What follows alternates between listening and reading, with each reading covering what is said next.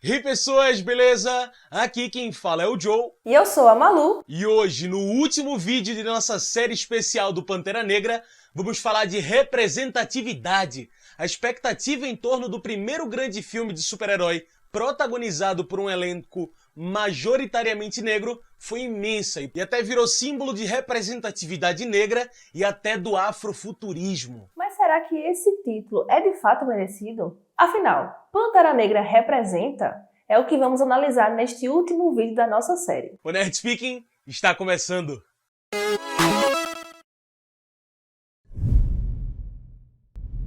Com uma bilheteria de mais de US$ 1 bilhão, Pantera Negra se tornou um dos maiores filmes solo de super-heróis americanos, ficando atrás apenas das bilheterias dos filmes dos Vingadores. Além disso, seu lançamento trouxe à tona o importante tema da representatividade. Mas afinal, do que estamos falando quando falamos de representatividade? Representatividade é o ato de ativamente incluir minorias políticas, no caso desse vídeo, pessoas negras, em espaços historicamente negados ou exclusivos da branquitude. Nesse caso, a pessoa que ocupa esse espaço em questão não apenas fala por si mesma, como também por toda a sua etnia. Existem diferentes níveis de representatividade midiática. Podemos estar falando de quem atua em frente às câmeras, mas também de quem opera a câmera, ou quem decide o enquadramento, quem escreve a história, ou até mesmo quem decide a que propósito serve a mensagem do produto. Mas por que representatividade é tão importante? Bom, na cultura midiática, a representação é parte essencial pelo qual os significados são produzidos e compartilhados. Esses significados são transmitidos através de signos ou símbolos, que são repetidos várias e várias vezes até que a audiência reconheça sem esforço. Por exemplo, qual é o jeito mais rápido de identificar um vilão em um filme? Cicatrizes no rosto, rugas muito profundas, talvez um problema de pele.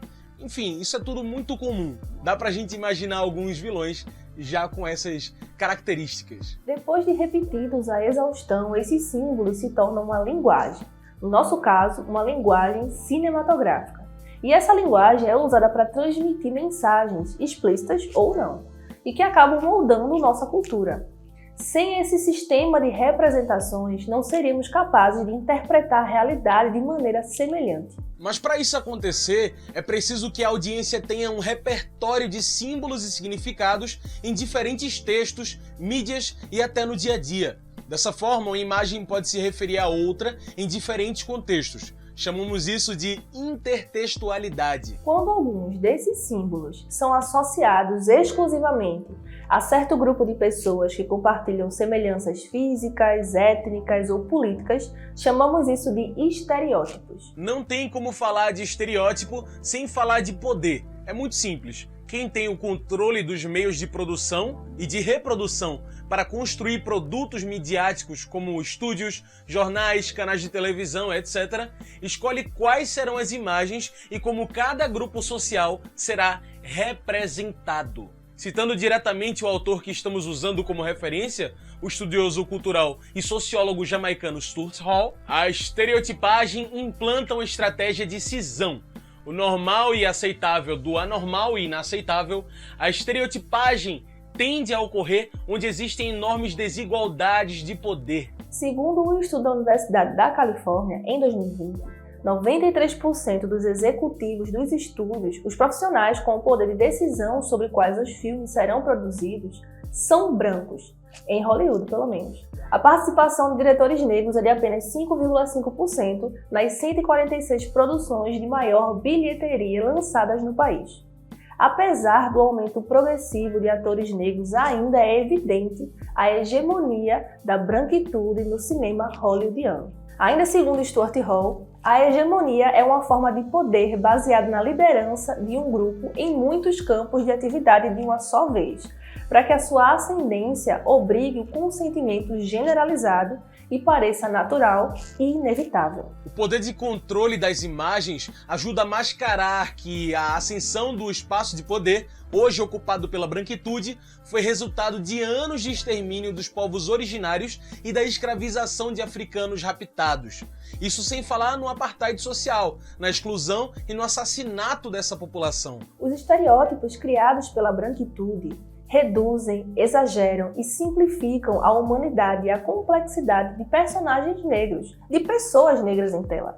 Por isso não é surpresa que os mais clássicos estereótipos sejam produto do período escravagista. O clássico estudo sobre estereótipos negros de Donald Bogle, no livro Toms, Coons, Mulattoes, Mammies and Bucks, identifica 5 principais estereótipos: a mulata trágica, a mãe preta, o malandro, o pai Tomás e o negro mal encarado. Mas para esse vídeo vamos focar em apenas 2 deles, que podemos identificar em Pantera Negra. O pai Tomás são os bons negros. Mesmo que sejam perseguidos, assediados, caçados, açoitados, escravizados e insultados, eles mantêm a fé e jamais se voltam contra os brancos.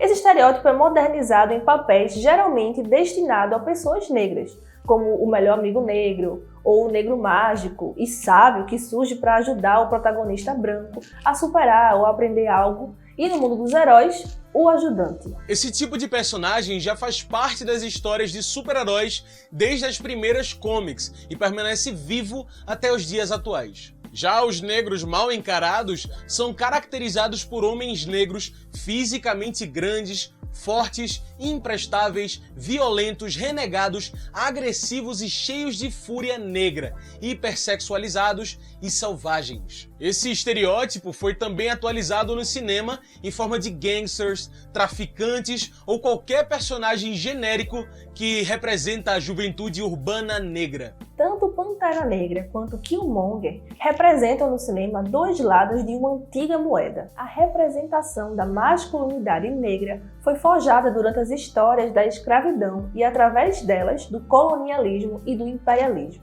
E no fim das contas, estamos diante de uma única questão aqui. Qual é o comportamento aceitável para um homem negro? T'Challa é o melhor exemplo disso. Mas dessa vez estamos diante de uma atualização do pai Tomás, o capitalista negro. De Green Book a Black is King, essa é uma narrativa cada vez mais comum nas telas, apesar de ser uma antiga ideologia. O fim do racismo pela ascensão econômica. I bought this building. And that building. And that one over there.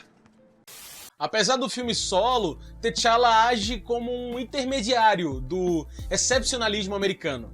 A falta de preocupação com o uso do vibrânio, utilizado para fazer o escudo do Capitão América, o braço de Bucky ou até mesmo o corpo de Visão, diz muito sobre quem ele considera as mãos certas para esse recurso tão importante. Essa falta de incômodo é importante porque, além de super-herói, T'Challa é também chefe de Estado e político. Então, se ele decide ir numa caçada atrás de um pedaço de vibrânio roubado e protege o seu comprador, que não por acaso é um funcionário estatal americano, isso diz muito como será a nova política econômica de Wakanda, que é uma espécie de resquício colateral de Pantera Negra dos quadrinhos. Sobre a descolonização das nações africanas, Frantz Fanon, em seu livro Condenados da Terra, fala: nesta conjuntura nova, os americanos levam muito a sério seu papel de patrono do capitalismo internacional. Numa primeira etapa, aconselham os países europeus a descolonizar o continente africano amigavelmente. Numa segunda etapa, não hesitam em proclamar primeiro o respeito e depois o apoio ao princípio. A África para os africanos. Ainda sobre a criação de Wakanda, Martin Lund argumenta: o Wakanda de Lee e Kirby é uma composição de imagens coloniais, que em parte afirma essa retórica. É um reino tribal com recursos naturais altamente desejáveis na forma de um mineral ficcional, o vibrânio, escondido dentro de uma primitiva selva subdesenvolvida que lembra noções sobre o continente africano como uma terra vazia, rica em natureza, mas subdesenvolvida, pronta para interferência branca. De 1966 para 2018, nada mudou. As representações mais famosas de África pelo cinema hollywoodiano são sempre coincidentemente pautadas por uma perspectiva material e da elite nobre ou de uma realeza fictícia. Esses filmes são apresentados como um passado glorioso e rico, uma África de pirâmides, reis, faraós, tecidos, ouro e diamantes. Esses elementos materiais evocam o poder afrocentrado como uma forma de justificar a importância das vidas negras em tela. Pantera Negra seria de fato importante para o MCU sem o Vibranium? T'Challa ainda seria um aliado se usasse do seu recurso em uma agenda própria? E o que isso nos diz sobre vidas negras em telas? O mais famoso herói negro é higienizado de sua negritude e solidariedade com seus pares em um homem rico. O capitalista negro é o único que sobrevive. Não é à toa que o seu arqui-inimigo seja um homem pobre. Killmonger é um exemplo perfeito de como o negro não deve se comportar. Entre as representações hollywoodianas do negro pobre, é muito mais comum ver Erics do que T'Challas. As imagens da ficção fazem intertexto com as páginas policiais de negros armados, com o rosto desfigurado de ódio e ironia, sempre em cenários precários e sempre mortos de tiro. Em seu livro Cultura e Representação, Stuart Hall reforça: o ponto importante é que os estereótipos referem-se tanto ao que é imaginado quanto ao que é percebido como real, e as reproduções visuais das práticas de representação são apenas metade da história. A outra metade, o significado mais profundo, encontra-se no que não está sendo dito, mas está sendo fantasiado, o que está sendo implícito, mas não pode ser mostrado. Em tese, Killmonger é o que T'Challa seria se tivesse sido criado em meio à violência e ao racismo. Ele é mais um vilão espelho, aquele vilão que é basicamente a mesma coisa que o herói, mas com diferentes ideais. E, surpreendentemente, ele é mais relacionável do que o próprio protagonista do filme. Mas Killmonger é um personagem confuso em relação à sua mensagem. Nascido num bairro onde foi fundado o Partido dos Panteras Negras, o único afro-americano do filme parece vir corrigir os erros de T'Challa, responsabilizar a branquitude e a divisão de recursos entre a população negra. Eric é politizado o suficiente para saber o que T'Challa não sabe: quem é o verdadeiro inimigo. How do you think your ancestors got these? You think they paid a fair price? Or did they take it like they took everything else? Parece uma utopia em tese, e na verdade é esse o limite que o personagem pode chegar. Porque não podemos esquecer que ele representa aquele estereótipo do mal negro. Eric é politizado, mas está sozinho. Ele tem um plano de ação, mas não sabemos sua base teórica, se é que ele tem uma. Onde estão os outros negros que pensam como ele? Aos poucos vemos o declínio de sua psique até chegarmos a nada mais, nada menos do que um homem infantilizado pelo roteiro e morto por T'Challa. Uma criança cheia de cólera negra que acredita em uma utopia. Fica até confuso saber se estamos falando do vilão ou da audiência. Wakanda não é real. Os estereótipos são constituintes de nossa memória sobre o indivíduo ou um grupo de indivíduos.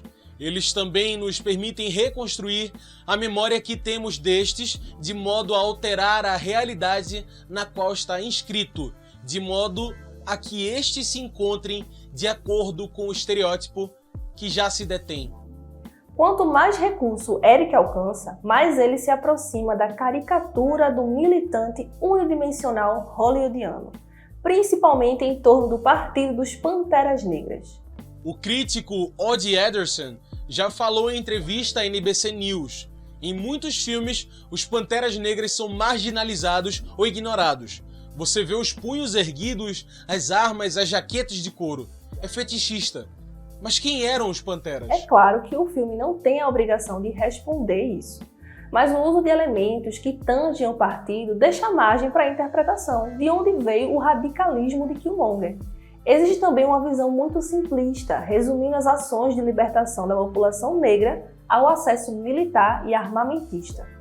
Essa falta de recurso não é exatamente sobre potência armada. O Partido dos Panteras Negras era um habilidoso organizador comunitário, dedicado a programas sociais ambiciosos, como refeições gratuitas para crianças locais, clínicas de saúde, ativismo popular e uma filosofia de autodeterminação negra. Infelizmente, a mesma visão de compartilhamento de recursos que Eric acreditava ficou limitada a armas e vibrânio. O que está implícito, mais uma vez, são as representações do homem negro, aliado àquele desconectado da solidariedade, da negritude e da realidade de seus pares, aquele que conserva o modo de vida da classe hegemônica e reproduz a ideologia da branquitude sem nunca perturbar sua ordem, e o negro inimigo, aquele consciente de seu lugar no sistema econômico-racial em que vive e que é inconformado e capaz de agir por qualquer meio necessário para mudar o seu futuro. Não estamos dizendo com isso que Pantera Negra não possui bons avanços representativos. Um dos pontos altos reconhecidos pela crítica é a representatividade feminina de pele retinta, grupo até então não visto no MCU. E apesar da sua homogeneidade cinematográfica, sem dúvida esse filme se tornou extremamente pessoal tanto para a equipe quanto para a audiência. T'Challa sempre possui um peso maior nos ombros do que qualquer herói do MCU. O primeiro diretor negro da Marvel também carregou o peso da representatividade detrás das câmeras. A Marvel garantiu que a equipe de produção do longa fosse diversa e composta em sua maioria por criativos negros. Mas essa aparentemente não é uma realidade na companhia. Like, it really bothered me that I've done 7 Marvel movies now. Every producer, every director, every stunt person, every costume designer, every PA, every single person has been white. But then when you do Black Panther, you have a black director, black producer, you have a black costume designer, you have a black stunt choreographer, you have a black, and I'm like, that's more racist than anything else. Lembra quando dissemos que representatividade é o processo ativo de colocar minorias em lugares historicamente ocupados pela branquitude? Pois é importante dizer também que quem inclui essas minorias é a própria branquitude, que já ocupa esse espaço para o propósito que ela achar conveniente. Nesse caso de Pantera Negra, não apenas o elenco, mas a equipe ser composta de pessoas negras era extremamente importante para o processo de venda do filme. Além disso, o tempo certo de lançamento contribuiu muito. Pantera Negra foi lançado no mês da história negra e teve um dos maiores orçamentos de marketing de filmes solos da Marvel, 200 milhões de dólares. Valor também da produção do longa. A Disney tratou de usar logo suas empresas filhas para atingir os afro-americanos. O teaser, lançado durante as finais da NBA, alcançou 89 milhões de visualizações nas primeiras 24 horas. A colaboração com o rap Kendrick Lamar com o álbum Black Panther, estreando em primeiro lugar na Billboard, e a participação do elenco e da figurinista Ruth Carter no The New York Fashion Week ajudou a elevar o tom da estreia do longa. Em 8 de janeiro, o estúdio organizou o show do primeiro intervalo durante o Campeonato Nacional de Futebol Universitário, onde Lamar se apresentou. Um novo trailer foi lançado durante o jogo, apresentando a música de Lamar com SZA do filme All the Stars, mais uma vez atingindo o público enorme negro. O vice-presidente de marketing da Disney, Azad Ayaz, revelou em entrevista para o The Hollywood Reporter: "Isso não era apenas para nossos principais fãs da Marvel. Procuramos fazer com que parecesse um evento cultural." A Disney fez questão de incluir o às vezes esquecido continente africano em sua turnê mundial de promoção, com o Chadwick Boseman, o Michael B. Jordan, Lupita Nyong'o e a Danai Gurira. E até ajudou a coordenar exibições no Quênia, de onde Lupita Nyong'o é natural, e na Nigéria. A Disney também apoiou secretamente um movimento popular arrecadando dinheiro para que crianças assistissem ao filme, ajudando nas exibições o quanto possível. Vários atores, incluindo a Brie Larson, que era estrela do próximo filme Capitã Marvel, juntaram-se ao esforço. Outros próximos da Disney também se tornaram embaixadores do Pantera Negra, incluindo Oprah Winfrey, estrela do próximo filme Uma Dobra no Tempo, da diretora Ava DuVernay. Esse movimento também aconteceu em âmbito internacional, inclusive aqui no Brasil, onde houveram diversas campanhas para levar crianças de baixa renda ao cinema para assistir o longa. O resultado foi que Black Panther atraiu o público norte-americano mais diversificado de todos os tempos para um filme de super-herói. Os afro-americanos constituíram a maior parte da audiência, ou 37%, seguidos por caucasianos, hispânicos, asiáticos e nativo-americanos e outros, de acordo com o Comscore.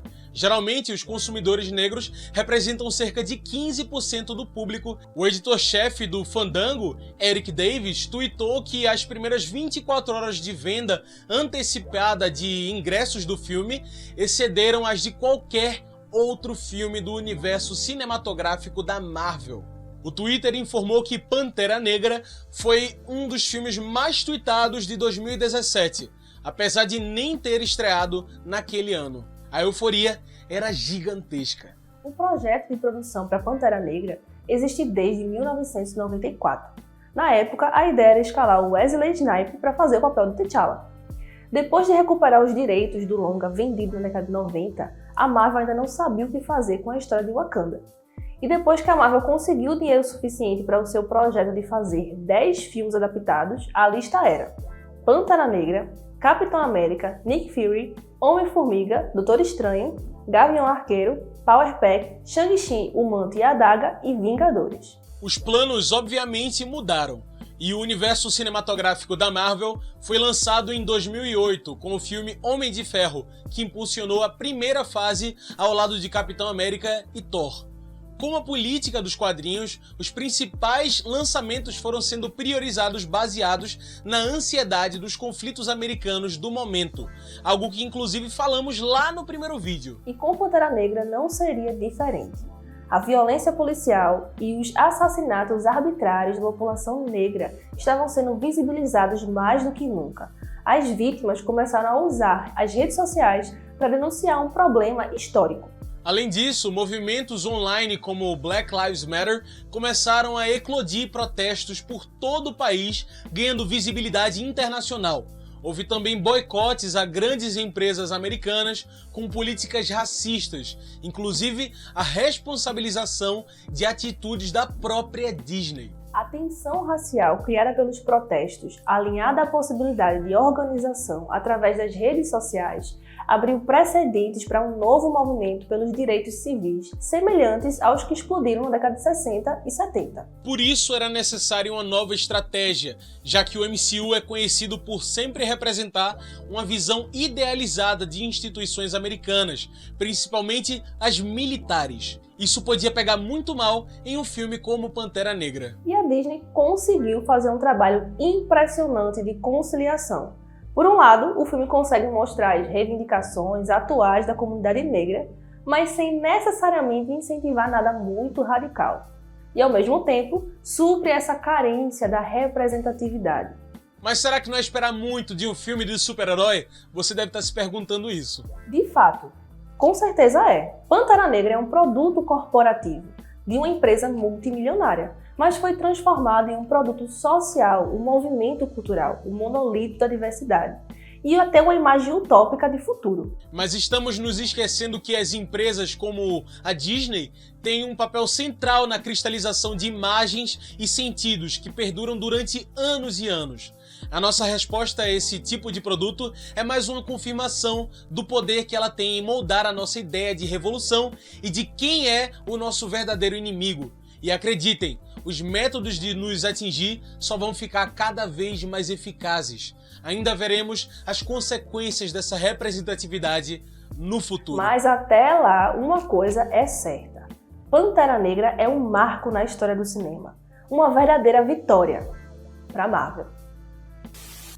Então é isso, pessoas, essa foi a nossa série de vídeos sobre Pantera Negra e eu quero saber o que você acha sobre isso, o que você pensa sobre o que a gente falou aqui. Eu quero ver os seus comentários, deixa o like, se inscreve e compartilhe com os amigos. Vamos fazer essa discussão crescer cada vez mais. Vamos falar cada vez mais de negritude no cinema e questionar essas negritudes no cinema. Se você gostou dessa série, deixa um like, se inscreve, compartilha. É isso, pessoas. Aqui foi o Joe e esse é o Nerd Speaking.